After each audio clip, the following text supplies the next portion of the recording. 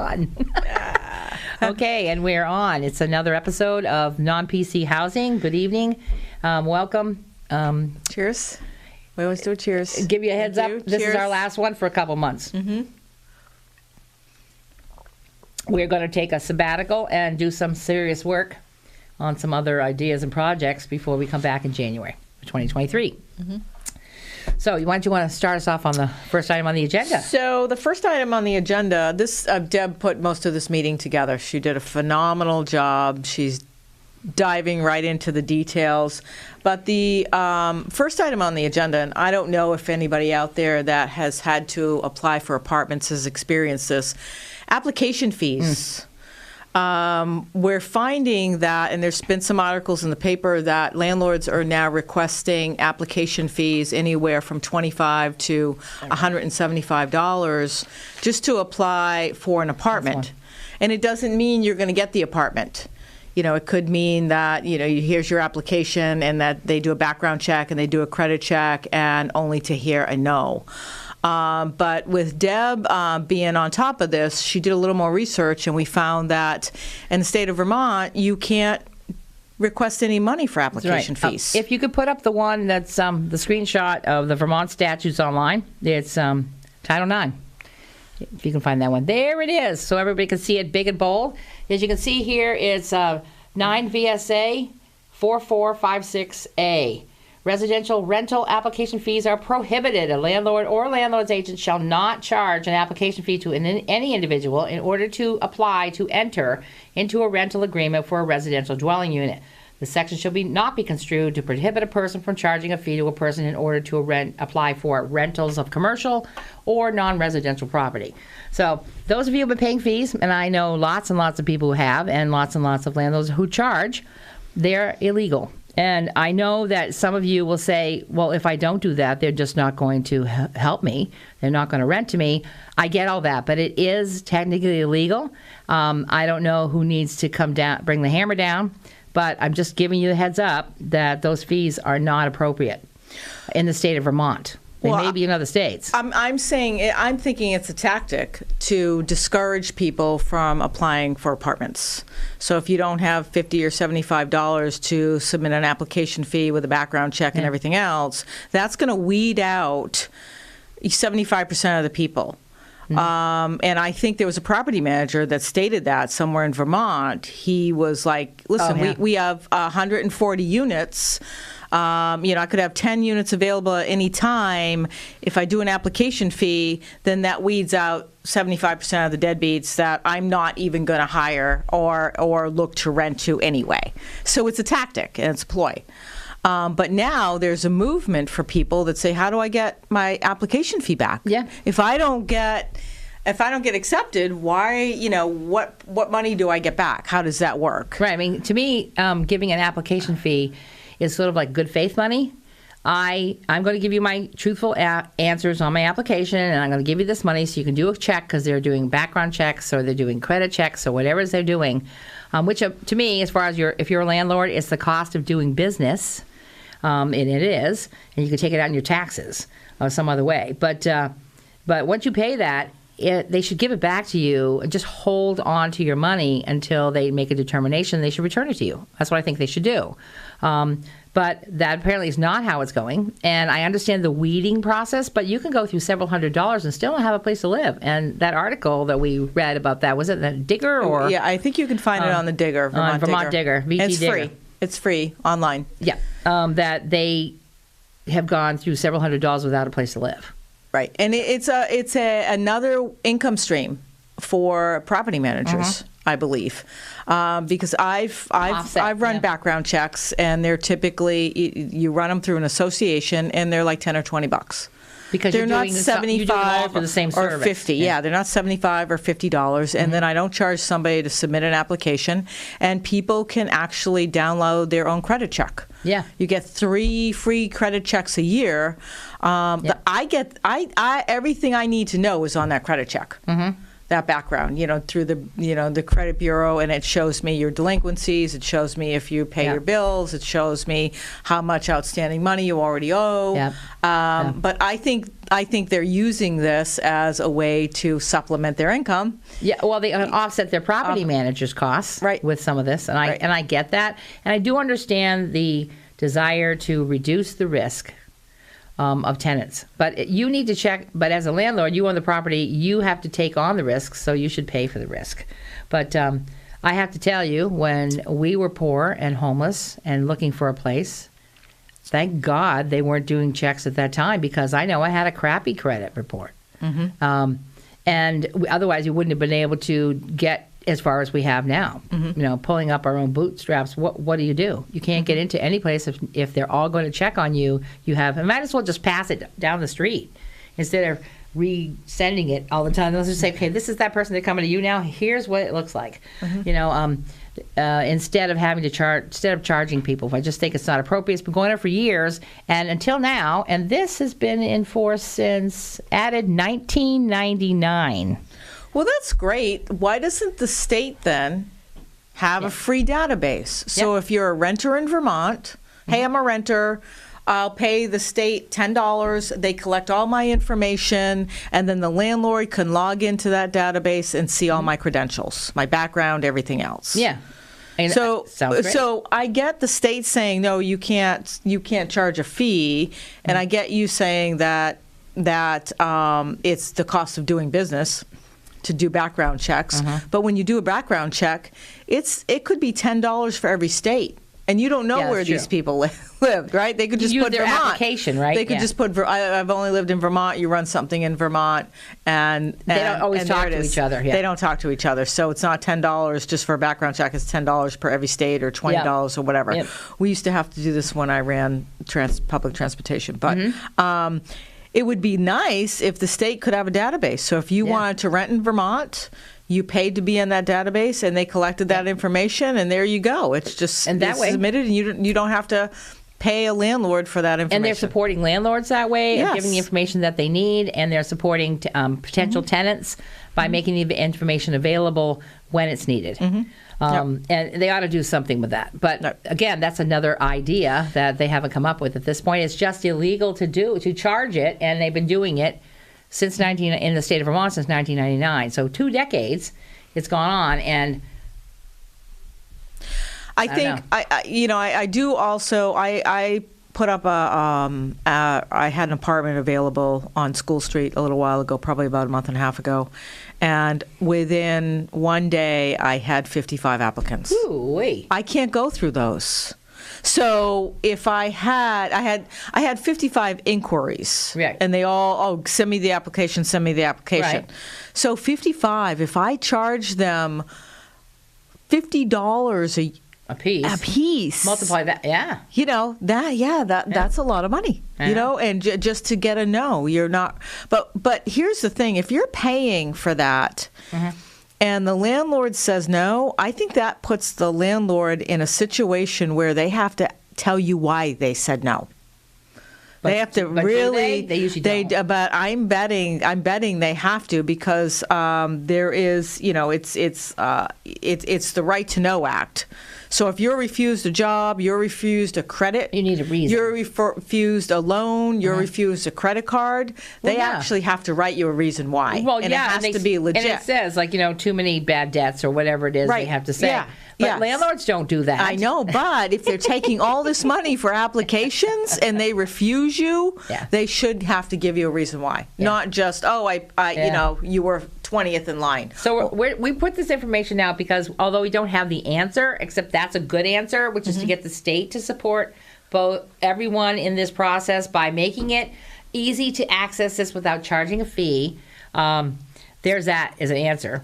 But it needs to be worked on, and we listen, and we figure people in the in TV land, some of them will be stimulated to go further with this and do something about it, which should cause some shakeup, perhaps, and maybe some action. Well, I would like to know how many people out there have actually had to pay application fees. We have a Facebook page now. Yep, we have a We can Facebook tell. page. What are we calling it? It's non-PC housing. Yeah, non-PC housing. So we're there. We usually put these episodes on there as well. I can link them to it so you can get at them from YouTube or Fact TV. And a lot of other good information, Mm-hmm. but it would be interesting to see, maybe we could poll or do a survey about how many people are actually Locally, having to have paid for application fees. I bet it's going to be a ton. I bet. 'Cause I'm betting talked it's to mostly somebody we know Burlington. very closely this week, and she said, Okay. yep, she had. Okay. And in the past, and also my family, at least one of my family members whose Wow. family had to pay several different times, never got the money back, didn't get in. Different fees, different rate, and that's just it. There's absolutely no consistency. Might as well charge you $200 They can. for a credit check Yeah. because there's no control of any kind. Mm-hmm. You know, someone could charge 10, Well- someone could charge $200. There's no control of it, and it Right. says here you can't do it. But Right. so that's why Yep. it's a minefield out there. Or you can just tell people, run your own credit check and send it to me. And give for it to free. me. Yeah, have it released to me. So, Something like that. So the other Okay. part of this on the agenda is also to talk about the possibility of assessments on houses, on our properties here in the community. So that's going to affect everyone who owns a building. And I took the time to speak with the listers and ask the question, when do they think they're going to be forced by the state to do reassessment? And they said, most likely we're looking at 2023. That's next year. And the overinflation of houses at least at 12.2% on average, homes are at least over that much, most likely more, but that's the average based upon information that I could gather. That, I believe, will still have an impact on us, although they're saying it won't. Local sales on the same size or same type house is going to have an impact on an assessment. That means assessments mean that's how the grand list is established and how the taxes are established on your house. So if your house is $250, well, you thought it was, and then we had COVID years, 2020 and 21, even though the market's cooling a little bit, it's not cooling fast enough.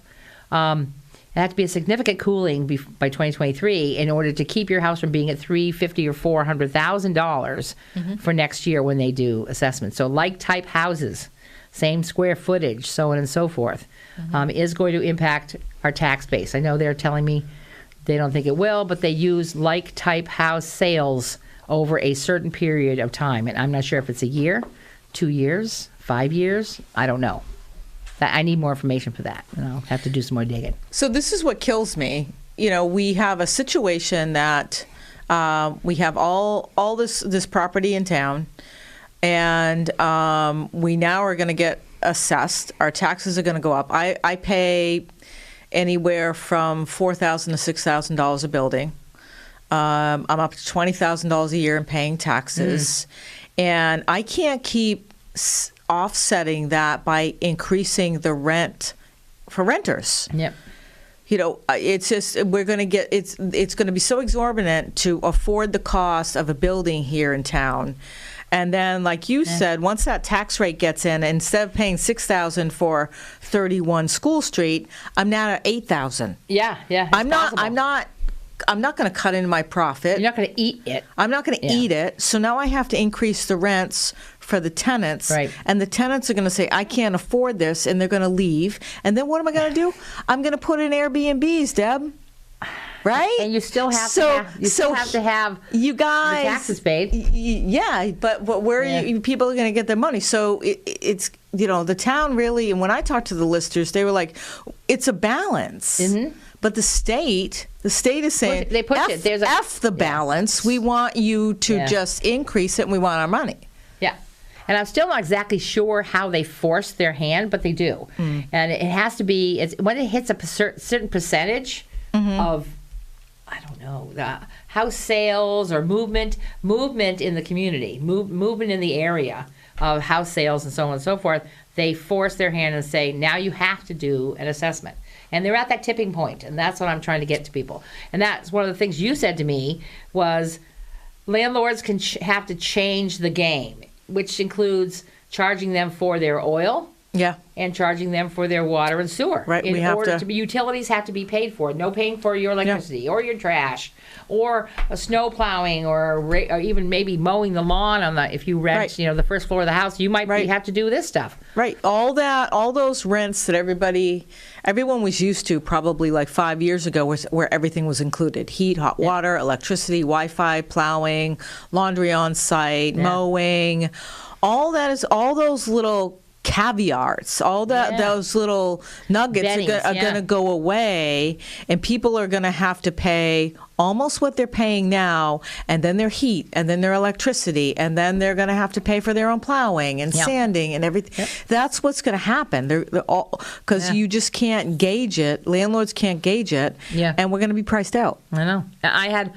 I have a budget plan for my oil. I don't know, you may too. It's just because it's easier than paying the day rate. The day rate, which fluctuates considerably. So last week, the rate for oil from the company I use was $6.09 a gallon for our number 2 heating oil. And then today, and there's a little tax on top, it was $5.79 a gallon.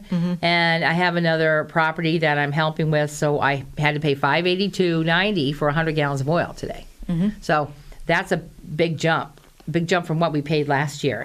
And it's so volatile that they can't guarantee any prices on any given day. If you don't already have locked in, you're screwed. I mean, that's basically how it is. And I understand there's a problem for it. You've got people running on diesel. They're putting diesel in their boilers because they don't have kerosene. They have no Kerosene. Diesel's way too expensive. Sorry, They're going to go kerosene. So, and it also, I think it's probably not. I don't know. Using small amounts, it's probably not what they're using, but it's how little they use at a time. It's like, put in 5 gallons. Yeah. It's like They're sucking you're up grinding sludge. the system. Yeah, you're sucking up sludge, so you're screwing up your heating system. Well, and then that's on the landlord. So, so now if the landlord's not paying rent and you can't afford it and you go buy 10-gallon jug of kerosene. You put that in your and system. So now the landlord has got a repair order on, but then they can pass that on to you. The landlord can say, if you don't maintain a certain amount of fuel, that is on you. Or So the landlord makes you pay for your own, or he charges you back for the oil. Doing that, who's gonna? That's the problem. It's like but in order to ensure your house doesn't freeze, and the pipes don't blow, and all your water is everywhere. What's the balance here? Because if you tell your tenant they have to pay for the oil, and some of them can't afford the rent, they're not going to pay the oil. They're just going to say, "I'm sorry." Tenants don't understand when they get that heating bill, especially tenants that have not had to pay for heat for years. It's been included. And then I went down $150 on rent. Now they're going to get a heating bill for the month, 100 gallons, $500 a month. I know. Who can afford that? So they're going to pay $850 plus $500 to heat their house. Well, then you're a kind landlord because everybody else is paying $1,000, $1,200 just for the rent. What they're probably going to do is just not pay me rent and pay their heat. Right, and they're going to come to me. So, I mean, either way, we all lose in this environment. Yeah. But now, I'm going to be paying a lot more in taxes. Yeah. And this is the situation we're in. We're going to get taxed out of the state of Vermont. We're going to get taxed out of Bells Falls. There is a program for heating for low income, but I don't know how much it is this year. It usually doesn't kick in until January, and winter's already started by December. And how many dollars you qualify for based upon your income and your number of family members and so on, whatever the factors are. I have a tenant that just moved in, really sweet girl, first time having an apartment, love her, she's great. Sevka's going to help her out with her heat. And she gets an allowance from the house from Vermont State Housing Authority, but Sevka's just going to do one fill. I know. It's not like it's going to be ongoing. I'm just going to fill you up in December. So if anybody has Sevka and you have fuel assistance, run that thing down as far as you can and then get 200 gallons from them. Do you know what I mean? So make sure you get a full tank. They run out of money not before winter's 75 over. gallons. Yeah, they always do. Right. Yeah. And then if you're on Section 8, they'll give you a housing, they'll give you a utility allowance every single month, and they'll send you a check. And this girl's just putting it right in the bank and going to pay for her utilities. Okay. But As long as things don't go sideways, we're Yeah, yeah, I know. It's a lives tightrope. change. It's a tightrope. Yep. It's a fine line. So these are volatile things that we're thinking about that are happening to everybody, to many of the people in our community who can't afford. And it would also it would be really nice to know from the community, or please pass this video along. Let us know how many people now have to pay for their own heat this year, as opposed to in the past, what the landlords have done, or if you're in a bind with having to pay for your utilities and you don't know what to do, please send us a message on Facebook, a private message, and we would just like to know what's going on out there in the community, see if we can help. FYI, heating allowance also covers if you're a gas heated home, or if you use wood. If you have a wood stove, there's allowances for wood heat too. So, at least I know they used to have them up until last year. If you have different systems or ways you heat your home. So, taking advantage of those if you can is extremely important, because you need to be able to get yourself from month to month, and you don't want to wake up to your house being 30 or 40 degrees in the morning. Yeah, and especially if it's a Friday night, you're on your own for maybe the weekend. Unless you feel like paying $150 or whatever it is for a service call. To get a service call, so add it on top of the cost of the fuel. And that's what I changed. I changed my leases. I have one building that I was paying for everything. It's all oil, heat. Last year, I'd walk by, the windows were open, the doors were open in the middle of February because they had guests and they were afraid of COVID. And I'm like, is my heat shut off? And I'm like, it doesn't matter. You're going to cool the house down to the point that then they're all going to leave, and it's going to be 60 in there, and then you're going to want to get that whole apartment up to 70. And it's going to crank and crank and crank. And so this year I said, you're on your own. So if you run out of your own oil, you have to pay for your own service call. If you don't go on auto pay as a tenant, you're going to have to pay for that person in the middle of the night. I have a feeling I know what I'm doing with my stipends from my different elected jobs this year. It's going to be helping Set it aside. Set it aside. Pay for oil. Yep. Let's see. Let's move on to another one, can we? Yes. Tax sale. Okay. Tax sale. We have that list. It's that funky column list there. So this is the list of everyone that is going up for tax sale. This is the current list. And to protect the names of the guilty, I have taken all the names out of the list. So what you have is property identification and the amount of taxes owed to the town. The village one is on the side. But what I want to be able to show you is how to look these up yourselves. Some of you may be interested in buying a home. Remember, if you go to a tax sale when it's ready, and it's not yet because we still have to do the title searches after the passing of Ray Masuko. We're not ready to go to sale yet, but it should happen perhaps by the end of the month, beginning of December. We'll look at the schedule. So can we do a little history for people just tuned in? So a tax sale happens when a homeowner has not paid their taxes for at least 2 years. At least 2 years, yeah. But what happened with COVID is was 2 years in the making. Yeah. And then, so if you didn't pay your taxes for 2 years, say in 17 and 18, then COVID hit, so you haven't paid your taxes in 20 and 21, you're looking at people that have not paid their taxes for 4 years. Right. And you're looking at houses that people haven't paid their taxes, and their tax bill could be $24,000 to $47,000 because they haven't paid up. Right. And this is some big pieces of property. So what happens is the town sends all those properties to the attorney. He notifies the people. He gives them an option to pay, a timeline to pay it up.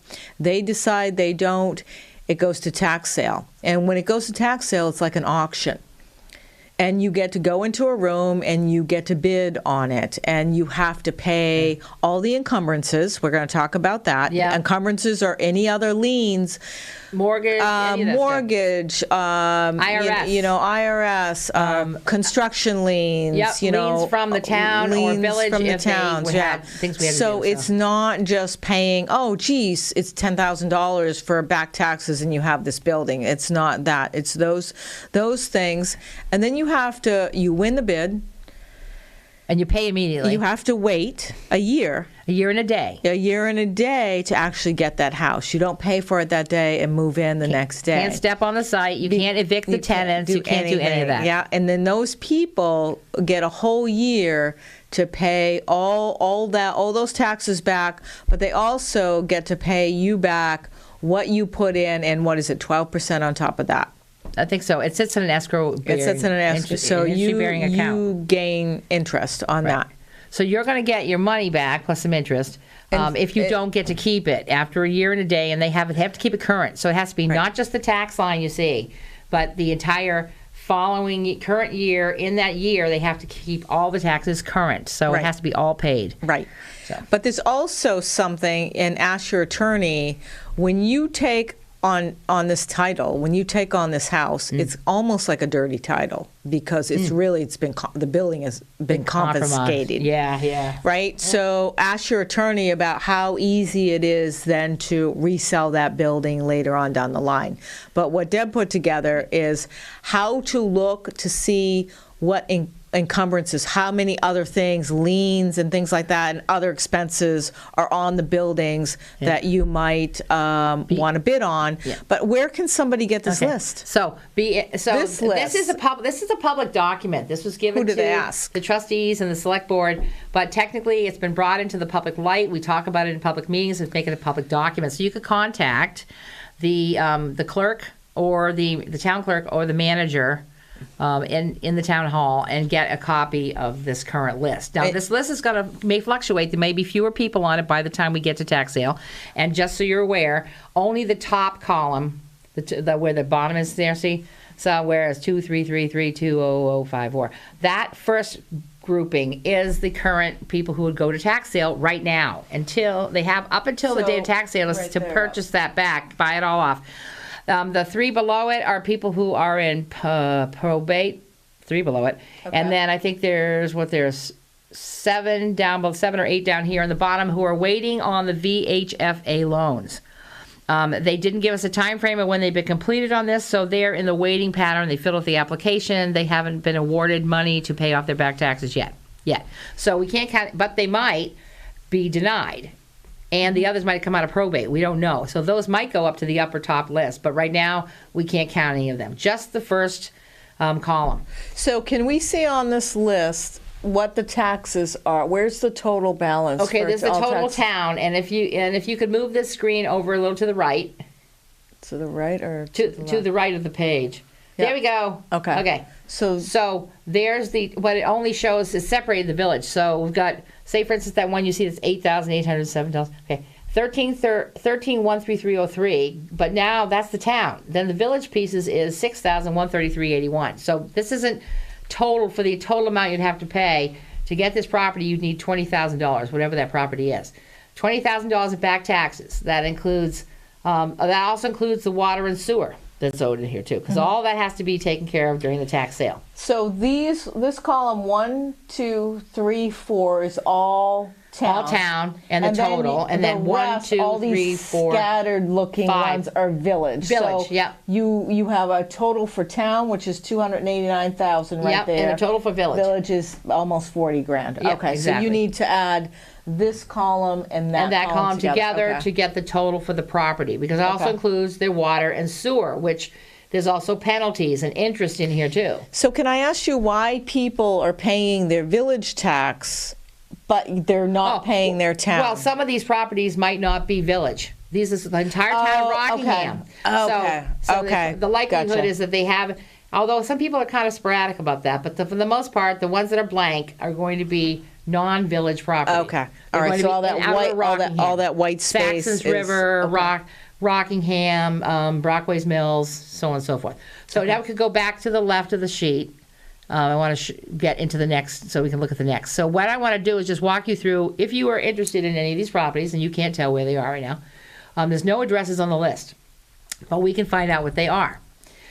So if you see any of these numbers, and I take the examples we're going to look at, we'll show, just took one so we could get a look at it. So could we go to the next screen, please? You're going to go, okay, whoops, now, that's not the first one. Try another one. I'll tell you when to stop. Need to go back a little bit. I'll go back again. And go back again. We're trying to run you through the We're trying to get to the process. There we are. Okay. Okay. You're going to go to the Town of Rockingham site, which is rockinghambt.org. You're going to, there will be a list of departments. Under departments, you'll find listers. On the listers page, this is Town of Rockingham Listers Office, you'll see these red pieces of information. GIS map site is where you want to go, and I put a yellow arrow by it so you can see it. Are these documents going to be on Facebook? Or somehow I can post okay. them, yes. Okay. I can post them. So these are screenshots. I took screenshots. So go to the next one, please. And this is how to find out how much Move over to the left, money please. a house owes. Yeah. That you would have to pay for. Yeah, so we're going to get to the process of seeing the property so you can know where the property is. Okay, you're going to hit search. See the arrow right there on the left of the page? It says search with the eyeglass. So that's the next place you're going to go. So when it brings you in, it's a general area of the entire area of Rockingham is right there. So you're going to hit search. Next screen, please. Then in this box here, you are going to type in the parcel number. So I put in a parcel number, one of them, to show you an example. So that's where you go to put in the parcel number or the name of the owner or the address if you know it. And that's not from this list, but anything you might want to look at. Next screen, please. There we go. Is this an actual That's an actual property. It's on the list. That's right. if anybody knows, so the list. Oh, by the way, the screenshot of the tax tax list has 2 additional numbers for mapping that are in the front. Don't use those. Every number on that list is great after the first 2 numbers. So you just put in the remaining 7 numbers. It brings up the property. There it is. It matches. There's the street address, and it even gives you the name of the owner. So it's going to bring up the property, and it's going to bring up the name of the owner. Owners. So it's going to be there right on the screen. So then go to the next screen, please. You can click on that. You'll click on the map. It'll show you the map. On the map, it'll show you a highlight, and that's the property. Could you raise it up a little bit? It's pretty nice. How much Yeah. do they owe on it? I don't remember. I have to go back to the list. Okay. I need to see the bottom of that picture where it shows the house. So if you could raise that screen up at all, would be great. If you can't, you It can't. looks like it's embedded. It may be embedded. It's Yeah. possible. But I thought, well, let me see what I got here.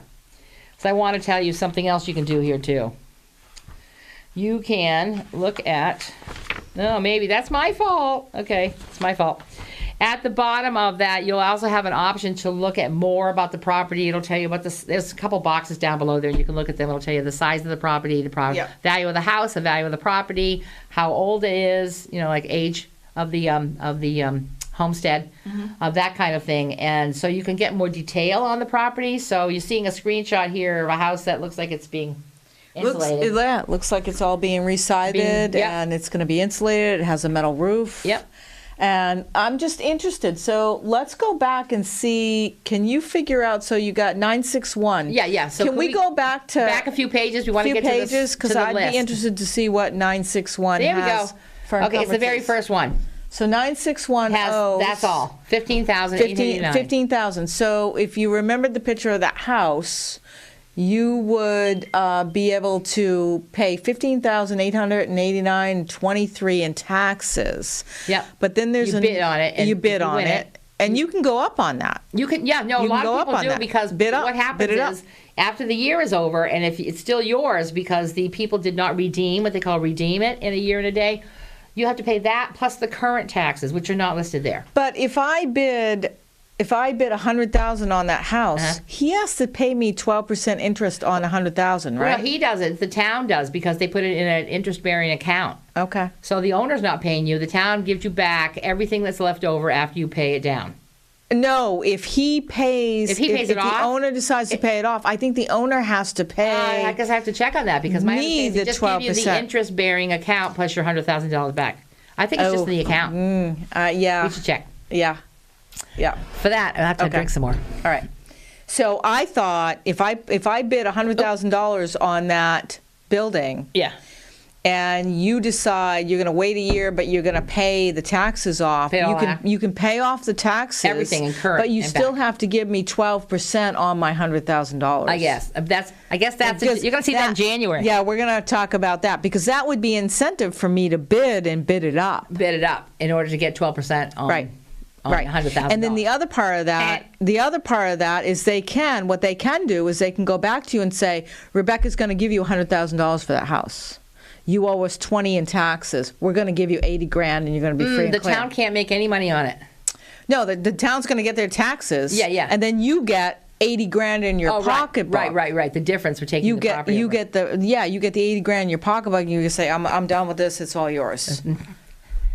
Yeah, so we need are other ways around we it, need to yeah. do better about this, and I think we need to get that on our Facebook page about how this process works, yeah. because we're talking about people that are getting kicked out of their houses Yeah. because they're being sold and they have nowhere to go. This is an opportunity for them to get their house. Yeah. But it's a process. Yes, a process. And it's some red tape, and you got to have half you a got to brain realize about you. some of these are going to be apartment buildings on here, and other types of I things. don't think there's many apartment buildings. Probably on not here, too many, but there may be some, and I haven't looked them all. And this is 4 years in the making. So these people have not been paying the taxes for 4 years. So they've been taking their money and putting in siding Yeah. and for other things. So one step is left, and that is to let you know if you want to find out what the encumbrances are, which means any liens, any mortgages, debts accrued that are laying on the house, any layers of that. so they have to pay that too.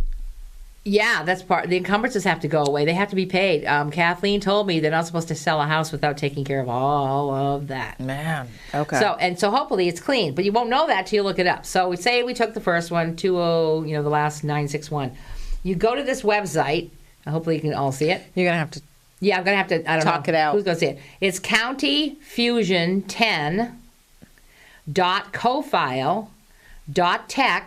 countyfusion10.cofile.tech.us. So that's COUNTYFUSION, no space, 10, no space, dot, cofile, KOFILE, that is really an LE, not a K, dot tech, TECH, dot US. From this page, you can find out with these property numbers or the name or the address that you'll have from looking in the mapping, like we just showed you, what there are on there. If there's still a mortgage left, if there's IRS liens, if there's state liens, if there's anything. Say, for instance, they didn't mow their lawn and the town had to go and mow the lawn for them because they refused to mow the lawn even though they were notified. That would be a lien. A cost would be liened against the house. All those things need to get paid And to have clear title. And so the person that's paying it is the bidder. Right. The bidder. Okay. But they don't have to pay it that. They don't have to pay that right away. That's if they win if they get the house in a year. They have to pay that Yes, off. They then have to they pay do. it off. Okay, so if I am Rebecca Gagnon and Yeah. I have my house, Yeah. and I just remortgaged it for $200,000, and then I took out a loan against it for another $50,000. Yeah. And then I have another $25,000 against it. Yeah. So now I'm in debt $275,000, Yeah. and I decide to not pay, Pay my my taxes. taxes for 2 years. Or more. Who's going to want to come and buy that house for they don't all $275,000? They're not sell. going to do it. They're- And then then I can just stop paying taxes because it's not going to get taken away by tax sale unless the town takes it. Unless the town takes it, but the town doesn't take all Right. properties. So I don't understand that somebody bidding on I don't this would either. have to pay the. But there are some properties that don't sell on I'm there. going to challenge that. Okay. I'm going to challenge See what we can find because those Kathleen don't all go. on that. I think that's why I think what happens is that if I had $275,000 outstanding debt and you came in and bought it for $20,000 in taxes, I'm on the hook with the bank, and then Yeah, yeah. I have bad credit, and then I go into default and I go into bankruptcy. Right. But you still get the building for $20,000. No, actually, you can't do that. The bank can't force you to take on that debt. But you can't. They can't give you the house with the encumbrances. That's what I mean. They're not going to give it. The town is taking it by for tax but rate. they don't technically do that. So we still need more information. I think, yeah, I challenge. I'm putting up a challenge. This is the initial gentle, walk down the lane to Hell see what no. it looks like. If you're interested in looking at a house and you see, oh, they don't have a lot of taxes, maybe I'd buy that. But then you need to look in the background and see what's really on there. All right, so this is the first step. We can put more information on our Facebook page. if that were the along with case, this. everybody would be like way inflating their mortgages so no one would take their house by tax sale. Yeah, I don't know how that actually works. Okay. That part. So Right. yes, you could. I mean, if someone had the ability and the house was worth it, and possibly during COVID, that some people might have done that when the house was inflated in value. Mm-hmm. But you know. Oh yeah, everyone remortgaged Yeah. and took out a whole ton of equity. There Well- were everyone's at $200,000-$300,000 mortgages right now. But there are and locked people in. who are waiting. There are people who are waiting for the market to cool down more before they purchase anything else. Oh, absolutely. It's gone up so high. Yeah. Does that lead us into another topic? Well, let's see.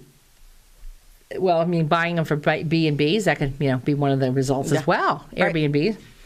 Let's see. The quick conversation about certificates of occupancy. Okay. Yeah. So your understanding of them as they currently exist, because you've been through it, is what? Nothing, really. Nothing. I've been a landlord for 22 years, and I have rifled through tenants, and no one in the town has ever come and said, listen, I need to inspect your property before you move someone in. However, I've recently taken on some grants to remodel apartment buildings, and this last round, the state fire marshal had to approve the building for safety. Right. So I had to apply for a permit with the state fire marshal. He had to come and look around, approve my project, approve the remodel, and then I could not move anyone in until I got an email. It wasn't even a certificate even with a gold certificate. star. It was just, here's your email, you got it, you're all good to go. I saw it, looks beautiful, thank you very much, you're awesome. Yeah, So whatever. essentially, we don't have certificates of occupancy we do not. in our community. No. Some states do. Some specific communities do.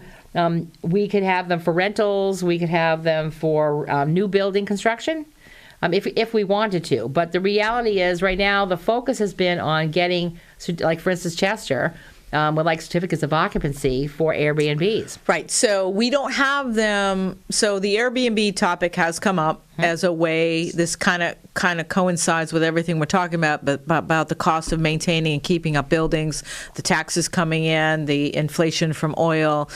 Landlords are now trying to think about maybe Airbnb and bringing in Airbnbs, which we are a homeless driven kind of topic here. Yeah. So creating Airbnbs really offsets people that can have an ability to have an apartment. So that kicks people out. It moves people along. People can no longer be renting apartments because everything's going to Airbnbs. So they can charge so much more. You can charge more. You don't have to have it readily available. You can have it available on the weekends for your families, everything else. But what's going on is now we don't have local people that can have homes.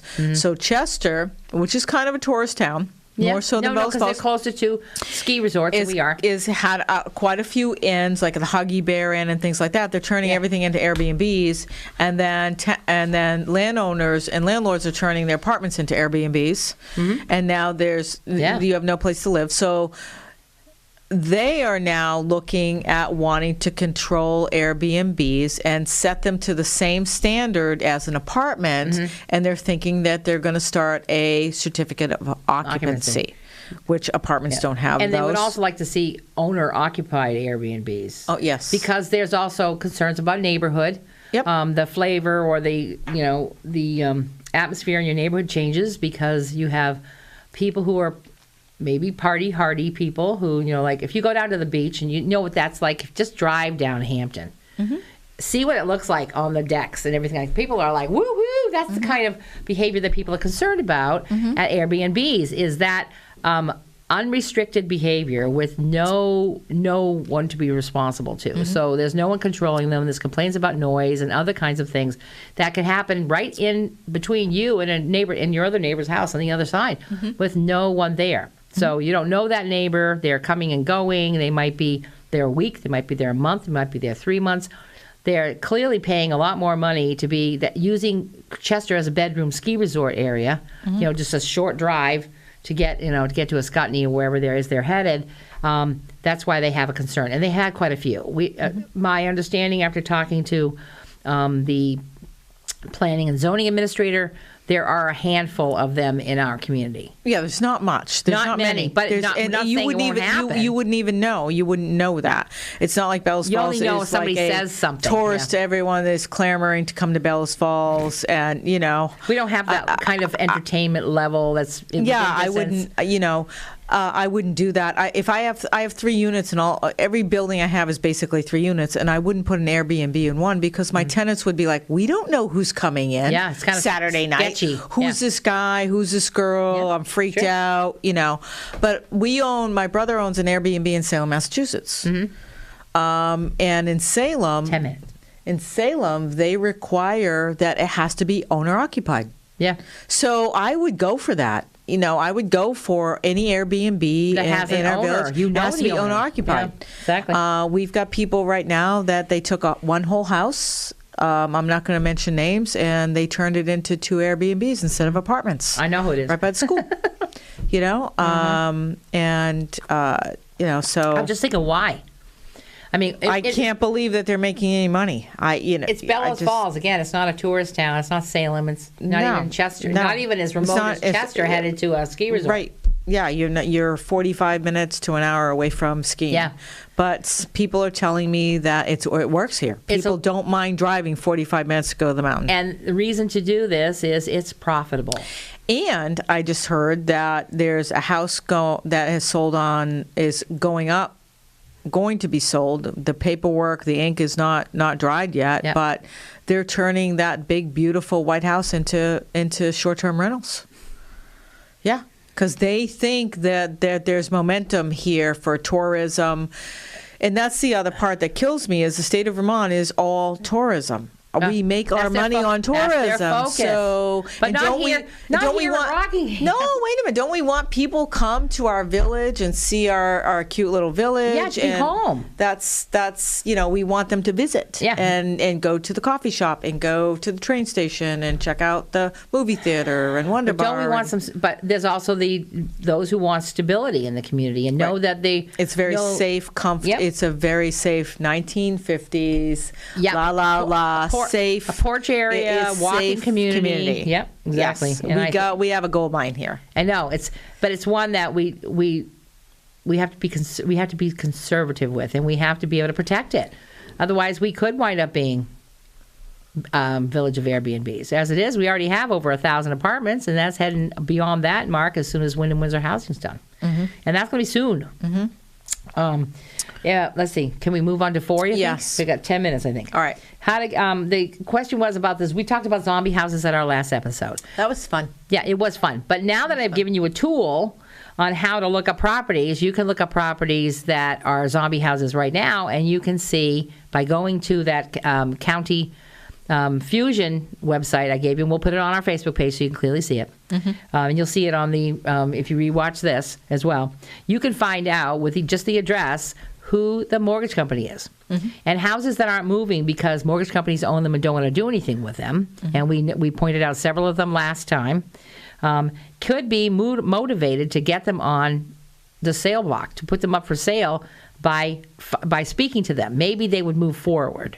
They might have some concerns about it, but the way the market still is, there's a lot of houses that still have viability here that could be moved that way. So there's 2 zombie houses right now. I mean, Yep. we talked about 3. 3, we talked one's about in the market or just been sold. We so. talked about one that has been sold. They actually got it.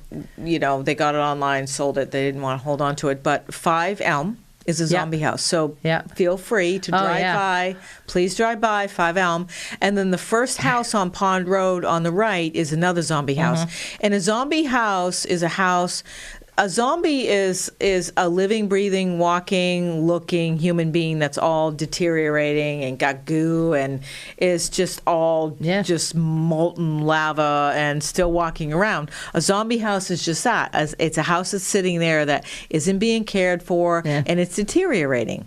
Mortgage company doesn't want to do anything with it. Doesn't care because it's just a number on the books, and they take 500 of those numbers and they sell it to another bank that owes them debt. Yep. So they say, B banker, you owe me $8 million in debt. I want you to take all these zombie houses off my plate and give me the cash, and there we go. And then Bank B does the same thing to Bank C. So these zombie houses never get put on the real estate, for sale list, and they just stay there and they deteriorate and they deteriorate. And we got 5 Elm Street that is a zombie house. And we've got number 1 Pond Road, that's a zombie house.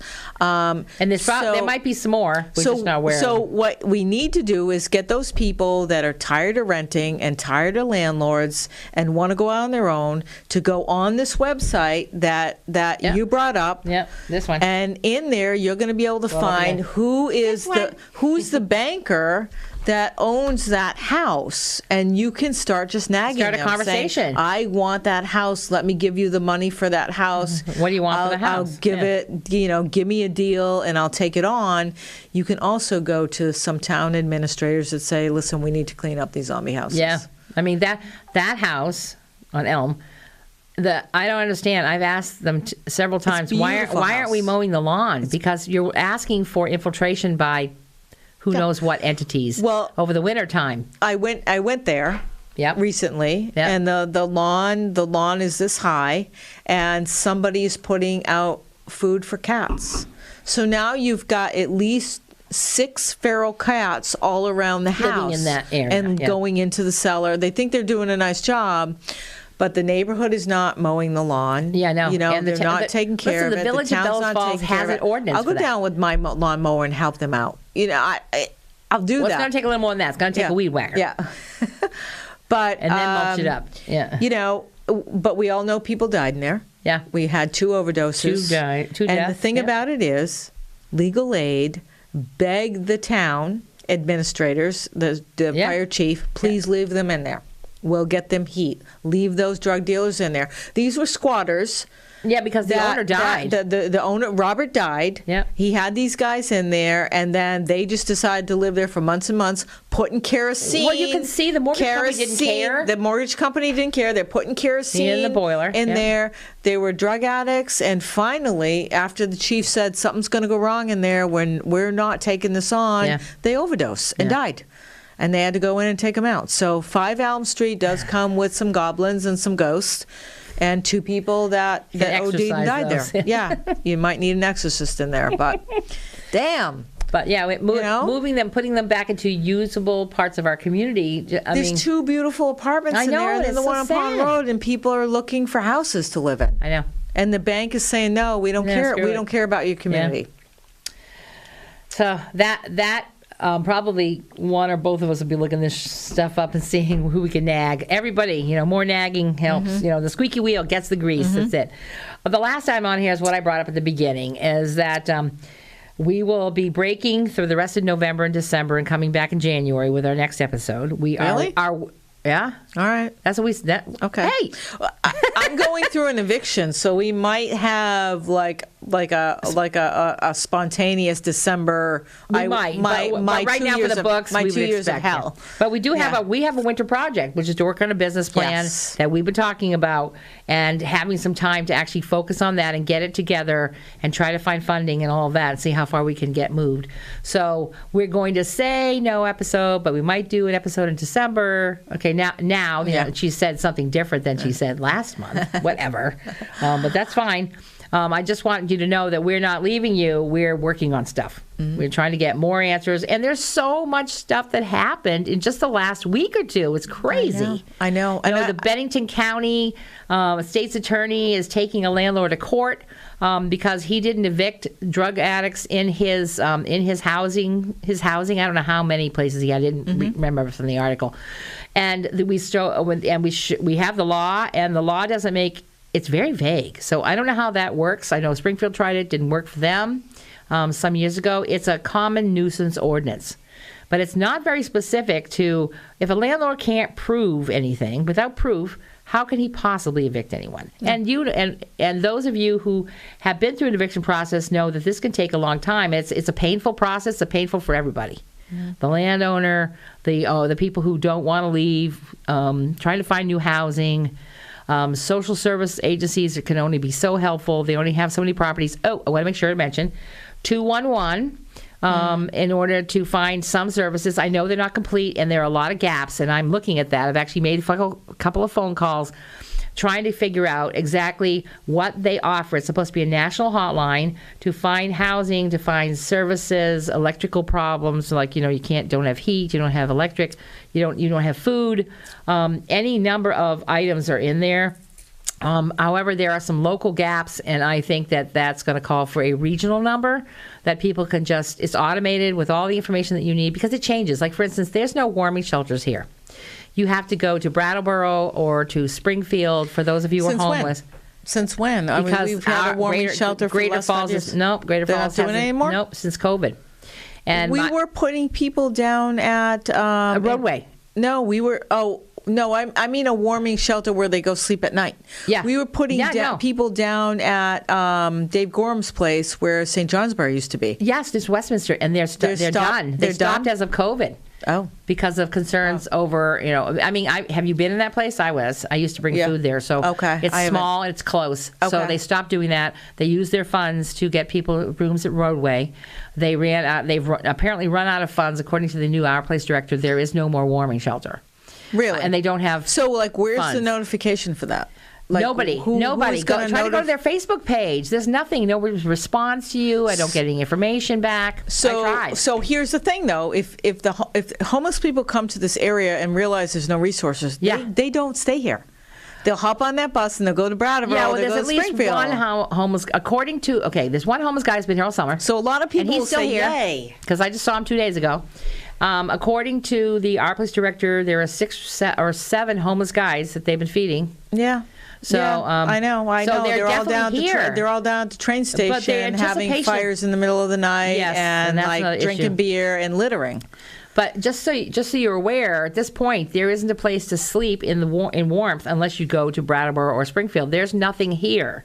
So what you're saying is those 5 guys will get on a bus and go down to Brattleboro. They might, or they're sleeping in your hallways. Because we used to have that problem with homeless, that they would sleep in hallways of apartment buildings. I'm just saying, it has occurred more than once. Yep. Or your basement, if you or don't lock if, your you, doors. if you've got a back door that is unlocked. Yeah, and I feel bad for all this, because it's a humanitarian problem. I want my landlords to be safe. I want their tenants to be safe. These homeless guys who actually, some of them have a lifestyle of homelessness, and I've said this so many times. They don't want to homeless. spend their federal money, state money, or the state money that they receive on a monthly basis, like those who are unemployed. They're receiving that, or Social Security, or whatever it is, and they're living on it, but they're not getting housing. Yep, but I have an issue with that. If you choose to be homeless, then don't litter, and don't threaten me. Yeah. We live. I'm sorry to say, but we live in a society, and we have to follow the society rules. And that's what they don't. That's and where they don't want to do that. Yeah, no. And I get that, but don't threaten me. Don't threaten my house. I don't want to be intimidated when I go down to the train station because you're there and you're drunk, begging and me for money, and you're drunk and angry, and your pants are down around your knees, and you're defecating off the bench. Yeah, but I mean, I want them to be safe, but they're making poor life choices, and those life choices are impacting everybody else. Right. So that's a really rough spot to be on. I want to thank everybody who listens and re-listens to what we do and goes to our Facebook page. We also have an email address, which is nonpchousing@gmail.com. We take all of this very anonymously. We don't give out names. We want people to be able to participate. I would like legislature and those of you who may be elected very soon, next Tuesday, to think strongly about the fact that you need to do these are big needs. This is a heavy push, and we need people to come up with creative ideas to solve these problems, not just sit in your seat and get paid. Sorry, but that's how I felt. And we're not endorsing any candidates. We're not. No, you have not seen us endorse a single damn candidate. And that's because I haven't found anyone to my liking. Because we have such a big following. Yeah. I know at least a couple of them that watch our shows, our episodes. So hopefully it's making them think about what we do. But hey, thank you, everyone. Cheers. Have a great holiday. Maybe we'll see you in December. Take care. Thank you.